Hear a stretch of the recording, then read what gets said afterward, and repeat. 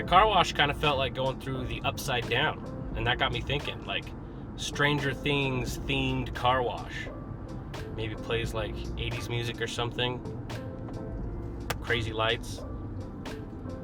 Maybe around Halloween time, because it's August, so it's officially pre-Halloween season. Anyway, it's an idea. Got soot all over me already. We're up Mill Creek Canyon right by the river, so if you can hear that, apologies.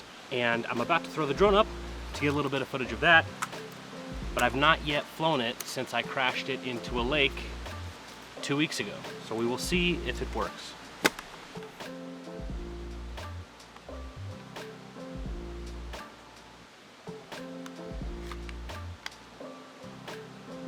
So I stopped recording, which was done, but that was insane.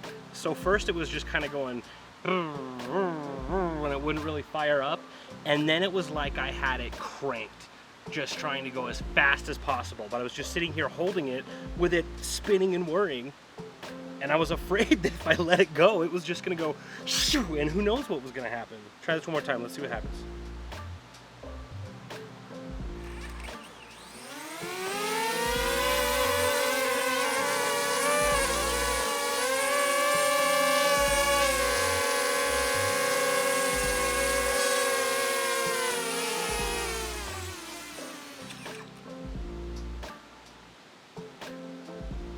Unsafe. I'm not flying this.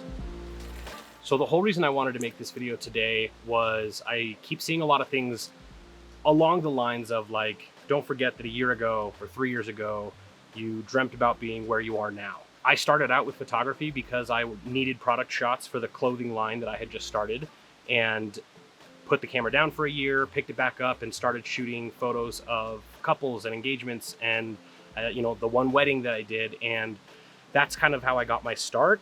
A friend of mine started the watch company, so I got like a year of practice with product photography. We started to mix in the lifestyle photography as well. That just led to opportunity after opportunity after opportunity, and next thing I knew, I had a bunch of photos that I had shot that I could show people of like, this is my work, this is what it looks like.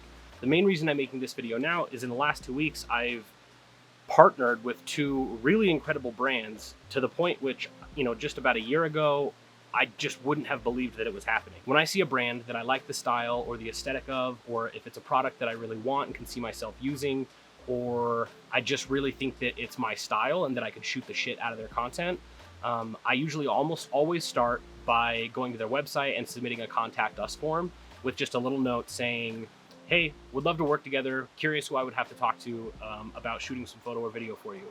I then go to Instagram and I DM them, hey, I just submitted a contact us form and am curious who I would need to talk to shoot some photo video for you.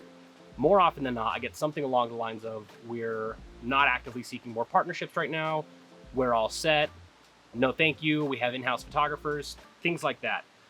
Every once in a while, you get a yes, and they say, what are you interested in? You know, I like to let them know that while I'm building a portfolio, I'm interested and open to working for trade. Essentially what I wanted to share is that A, there's no harm in asking, and B, you'd be surprised at how many people say yes.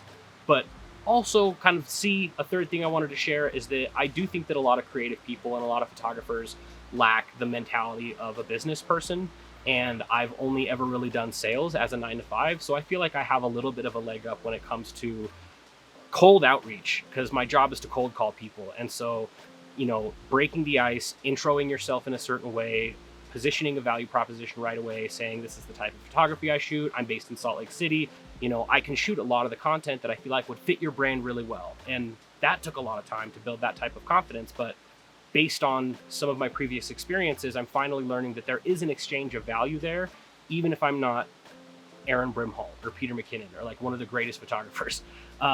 So that's what I wanted to share, is that if I were trying to reach out to a brand, it usually starts with me getting served some sort of ad, and I go, that's a pretty cool company. So I go and I look at their content. If it's pretty good but not great, or even if it is great and it looks like they value photo video content, I follow them, I message them, or I go into the messages and then I hit the little flag up on the top right so that I can keep track of, okay, this is a brand I want to talk to. Because in your Instagram messages, you can filter for conversations that have that little orange flag. Then, like I said, I would go to the website, I would fill out a contact us form, and I would say, hey, curious who I need to speak to. What I said before.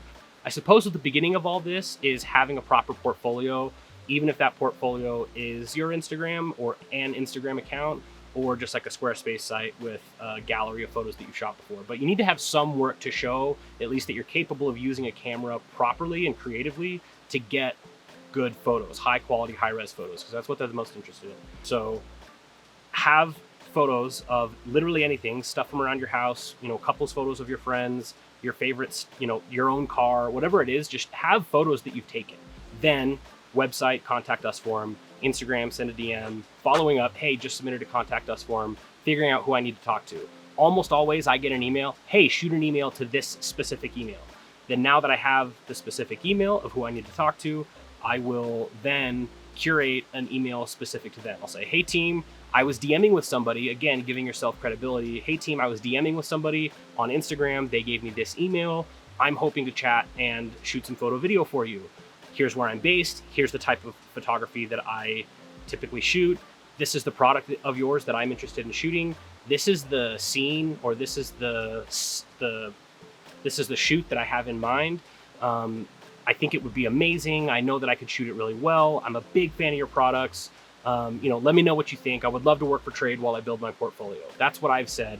And it's led to a couple of really great opportunities, which has led to a lot of practice shooting for brands. It's led to a lot of good feedback from brands on what they, areas that I could improve, things like that. And so I just wanted to share those things on the way that I reach out cold to companies to try and work with them. And yes, a lot of the time I get free shit, and that's awesome. But the idea is to have big brands under my belt that I've worked with, so that I can have their logo on my website for I have worked with this brand before. That adds credibility, so that down the road I can start asking for my proper rate, what I deserve to get paid.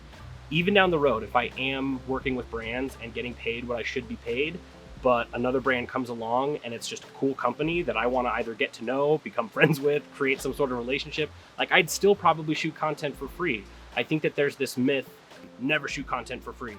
And I would say never shoot content with no exchange of value, because that does devalue photographers and brands if they can get stuff for free without having to give you a product or anything, like if they make you send it back or something. There's no real exchange of value there. And even then, maybe in the beginning, once or twice, shoot for totally free, because like I said, you need to have photos that you've shot before. Okay, so it's gonna be dark soon, so I just wanna show you this gear that Barebones shared with me. First up, and the number one product that I wanted from them, because as I watch overlanding videos, I don't know where this is coming from. It's gotta be on the table. The very first product, which is the reason I reached out to them, because I had been watching a lot of overlanding videos, and even this last week in Yonder, I realized I needed something to be able to cut off kindling from larger logs, split logs, things like that, was the felling axe by Barebones. And this thing is just beautiful. It's a work of art and highly functional. To pair with that is the collapsible shovel, same wood handle, same look and feel, packs down a little smaller so that when you are needing to save space on a car camping trip, it comes in handy. This full set of their enamel dining sets and the chef knife is going to be key for the YouTube video that I said that I'm going to make. One of my really good friends, one of my best friends, Chef Scott Hamilton at High Desert Kitchen on Instagram, him and I are going to go into the mountains on a wild trek of a car camping trip and then have him cook a 5-star meal next to the water. And so that is what this is for. It's not on the calendar yet, it's coming soon, but we will figure it out. Moving on. This is their 3-light string Edison pendant lights powered by USB. I've got a Jackery that I recently acquired, and that will work perfectly with that. Second to last is this Edison light stick, which can go back and forth between modes of having light come out the sides or turning it into a flashlight mode where the light comes out the end. I'm getting eaten alive. Okay, it's kind of cool. It looks like a shotgun shell. There's like bronze down here at the bottom and gold at the top, and it's got like threading. It looks like a shotgun shell. It's crazy. And then the very last thing, which is actually, after I looked more into the website, after initially just wanting the axe from them, I saw this, which is an all-in-one cast iron grill. Everything packs down small into this. The legs pop out. There's a little container, which is a wind blocker, and that's where you can put wood and coals. There's a grill where you can use it as a traditional grill. You can leave that out, line it with foil, use it as a steamer.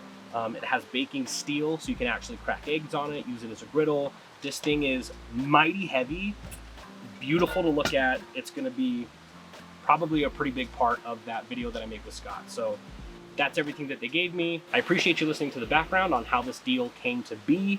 I'm really excited that I was able to show off these products. Again, initially went into the DMs thinking, what if I could get an axe? Wouldn't that be cool? And then ended up with all of this and, you know, a larger partnership. And I think that we'll probably work together again in the future, fingers crossed. But that's it for today. Just wanted to show this off. It's been a really great day. Appreciate you watching. Talk soon.